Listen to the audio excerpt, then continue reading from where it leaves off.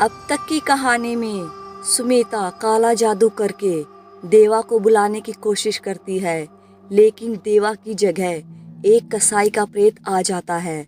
अब कहानी आगे। कसाई का प्रेत बहुत ही मोटा और हट्टा-कट्टा और भयानक था। कसाई के प्रेत का पेट ढोल की तरह मोटा और आंखें उल्लू की तरह गोल मोटी थी। वो सुमिता की तरफ अपना हाथ बढ़ाने लग जाता है और देखते ही देखते सुमिता को गर्दन समेत हवा में ऊपर उठा लेता है और किसी राक्षस की भांति हंसने लग जाता है और हंसते हंसते सुमिता की गर्दन मरोड़कर उसके खून का स्वाद चखने लग जाता है।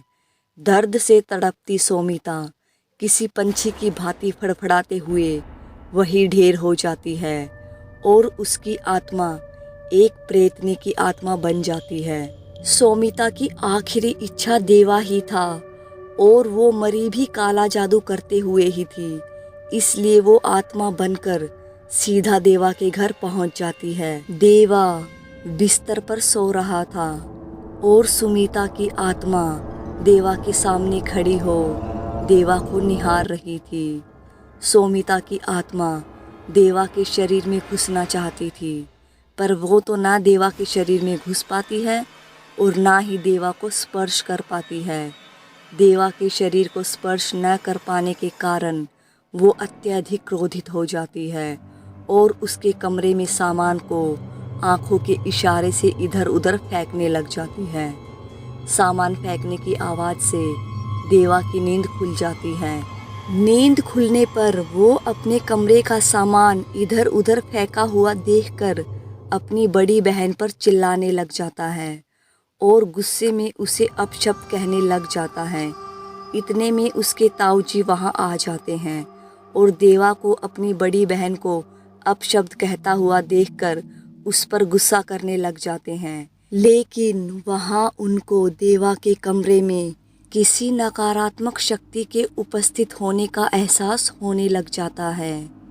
नकारात्मक शक्ति का एहसास होते ही वो सावधान हो जाते हैं और देवा को अपने साथ अपने घर ले जाते हैं। घर आने के बाद वो देवा से पूरी बात पूछते हैं।